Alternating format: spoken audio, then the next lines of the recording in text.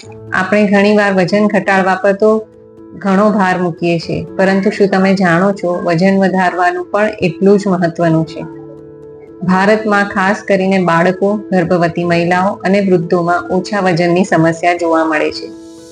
અને વજન ઓછું થવાના કારણો ઘણા છે, જેમ કે અપૂરતું આહાર, પોષક તત્વની અછત, હોર્મોનલ ઇમ્બેલેન્સ, સ્ટ્રેસ, પાચન તંત્રની સમસ્યા અથવા તો કોઈ ગંભીર મોટી બીમારી. તો ચાલો હવે સમજીએ કેવી રીતે તંદુરસ્ત રીતે તમે વજન વધારી શકો છો. નંબર 1, સંતુલિત આહાર. ઘણીવાર પાતળા લોકોનો મજાક થાય છે અને તેના કારણે તેઓ ઇન્સ્ટન્ટ વેટ વધારવા માટે હાઈ કેલરી ફૂડ એટલે કે તળેલી વાનગીઓ, શુગર, ચોકલેટ, કેક, આઈસ્ક્રીમ જેવા હાઈ કેલરી ફૂડનો ઉપયોગ કરીને વજન વધારીને ઇન્સ્ટન્ટ રિઝલ્ટ મેળવવા માંગતા હોય છે. પરંતુ હંમેશા વજન સંતુલિત આહારથી જ વધવું જોઈએ. તેના માટે તમે હોલ ગ્રેન્સ, દાળ, કઠોળ, નટ્સ અને સીડ્સનો યુઝ કરી શકો છો. અને જો તમને પાચન તંત્રની સમસ્યા ના હોય તો તમે દૂધ, દહીં, છાશ અને પનીરનો પણ ઉપયોગ કરી શકો છો. નંબર 2, દિવસમાં 5 થી 6 નાના નાના મીલ લો, જેથી તમને શરીરમાં સતત ઉર્જા મળતી રહે.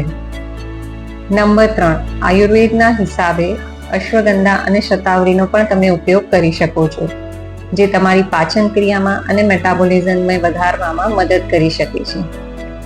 નંબર 4, પૂરતી ઊંઘ લો અને સ્ટ્રેસથી દૂર રહો. સ્ટ્રેસ તમારી ખાવાની ઈચ્છા ઓછી કરે છે, માટે મનગમતી એક્ટિવિટીમાં બિઝી રહો અને પોઝિટિવ વ્યક્તિ અને પોઝિટિવ ગ્રુપ સાથે જોડાઓ, જે તમને વજન વધારવા માટે હેલ્પ અને મોટિવેટ કરી શકે છે. નંબર 5, લોકોમાં એક સામાન્ય મિથ છે, હું તો વજન ઘટાડી રહ્યો છું, મારે કસરત કરવાની શું જરૂર છે? એક્સરસાઇઝ તો વેટ લોસ માટે જરૂરી છે, પરંતુ ધ્યાન રાખજો, એક્સરસાઇઝ જેટલી વેટ લોસ માટે જરૂરી છે એટલી વેટ ગેઇન માટે પણ જરૂરી છે. તેમાં તમે યોગ પણ કરી શકો છો અને ખાસ કરીને વેઇટ લિફ્ટિંગ અને સ્ટ્રેન્થ ટ્રેનિંગ જરૂરથી કરજો, જે તમારા મસલ્સને ગ્રો કરવામાં મદદ કરશે, તમારા મેટાબોલિઝમને ઇમ્પ્રૂવ કરશે અને તમારું વજન સારી રીતે વધી શકશે.